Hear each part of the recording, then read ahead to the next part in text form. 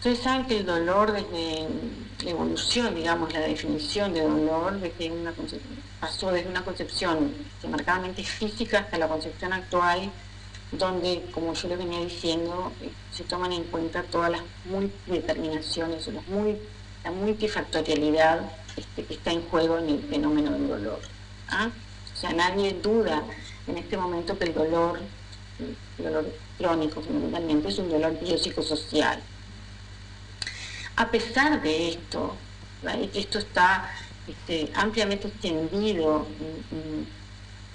en la medicina, digamos, cuando a la hora de tratar el dolor, el enfoque suele ser biomédico y no biopsicosocial. Esto seguramente ustedes ya lo han visto, como la integración de los aspectos se hace muy difícil. Y en dolor crónico lo que más importa no es tanto la causa inicial del dolor, sí es importante, pero también hay que lo importante es lo que determina la discapacidad provocada por y todos los factores que pueden incidir en mantener ese dolor. En este sentido,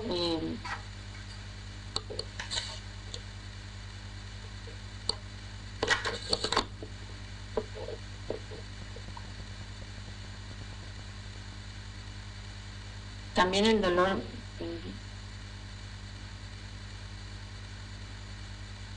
puede provocar emociones negativas como la depresión, la ansiedad, la agresividad, en fin, como vamos a ir viendo más adelante. Ustedes saben que las situaciones pueden generar, ustedes ya vieron todo lo que tiene que ver con el estrés, y han visto que las situaciones pueden generar más o menos estrés según cómo las personas las evalúen y cómo las afronten, ¿verdad? Cuanto más amenazante se evalúa un evento y menos efectivas son las estrategias que se emplean, seguramente va a aumentar el grado de estrés, ¿verdad? Mayor será el grado de estrés. En este caso, si pensamos en el dolor como un estímulo doloroso como un estresor, el dolor provocará entonces más o menos discapacidad según cómo se evalúe y cómo se afronte. Por lo tanto, es importante que el clínico pueda tener cierta idea de cómo es la evaluación cognitiva y qué estrategias de afrontamiento, estilo de afrontamiento utiliza el paciente. Por ejemplo, algunos estudios plantean que los individuos que tienen una visión catastrófica de su dolor son aquellos que evalúan su dolor como incontrolable. En general, hay una magnificación de las propiedades amenazantes del estímulo doloroso, y están todo el tiempo pensando en el dolor. O sea, el dolor les ocupa mucho espacio mental, ¿verdad? Entonces, en este caso, cuando el clínico conoce estos elementos, por ejemplo, intentar disminuir este tipo de pensamientos puede ayudar a reducir la limitación del paciente, a lograr reducir la discapacidad.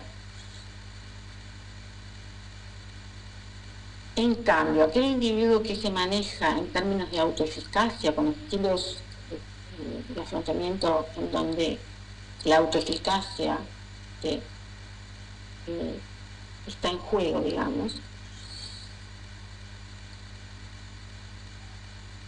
el individuo siente que es capaz de solucionar y de afrontar la situación concreta, en este caso el dolor, ¿no?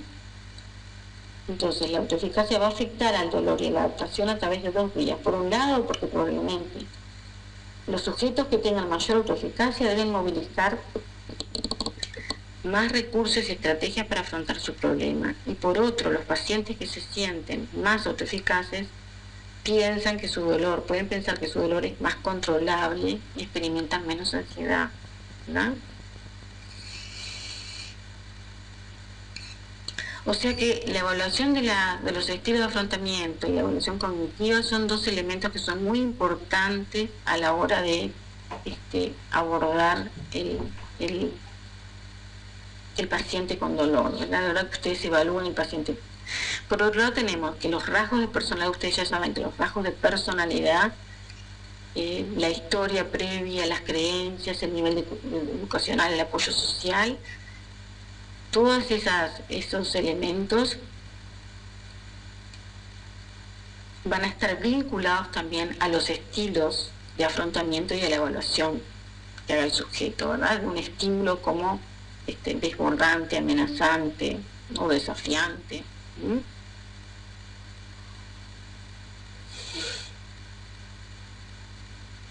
O sea, las creencias, si bien en cuanto a los rasgos de personalidad, se sabe que no hay un perfil de personalidad que determine que esa persona va a padecer dolor, que va a tener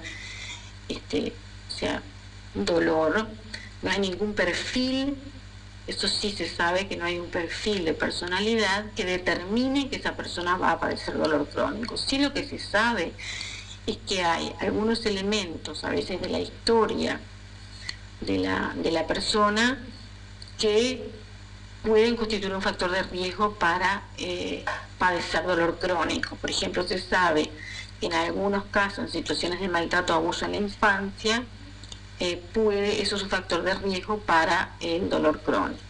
De todas maneras, esta discusión en relación a estos aspectos no está cerrada, porque hay pacientes que padecen dolor crónico que no tienen antecedentes de abuso ni maltrato, y hay otros que tienen antecedentes de abuso y maltrato y sin embargo no padecen dolor crónico. O sea que esto se sigue discutiendo. Lo que sí se sabe, y hay evidencia fuerte en relación a que no hay un estilo de personalidad que determine que esa persona va a padecer dolor crónico, ¿sí? En cuanto a las creencias sobre los factores fundamentalmente que afectan al dolor pueden determinar la forma de afrontarlo. Ustedes eso lo saben, ¿no?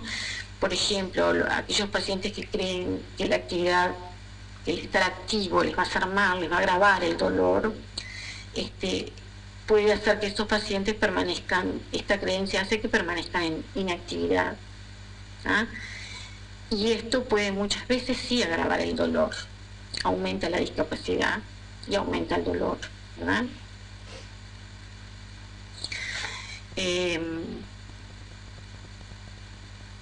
Si bien, como les decía, en cuanto a los rasgos de personalidad, no hay, hay evidencia en relación a que no hay un perfil determinado, ¿no?, para el paciente con dolor, que determine que ese paciente va a padecer dolor crónico.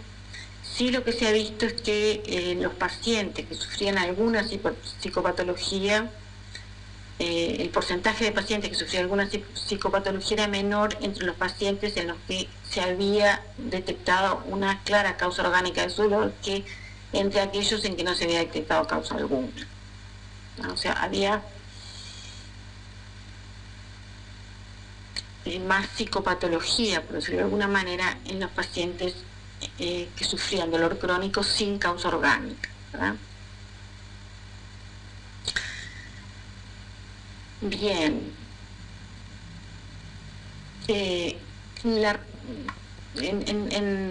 Más o menos en todos los artículos que yo fui revisando para esta clase, lo que sí está claro, ¿no?, o hay cierta coincidencia, es que la personalidad premórbida no es, como les decía, la precursora del dolor, pero determina en parte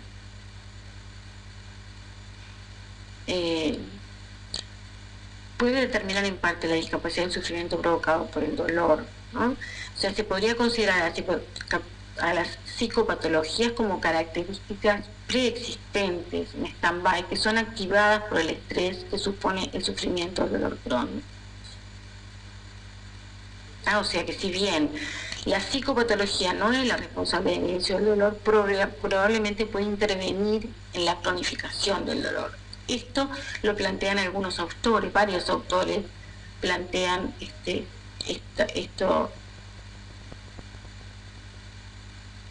elemento, ¿no?, de cómo funcionaría la psicopatología.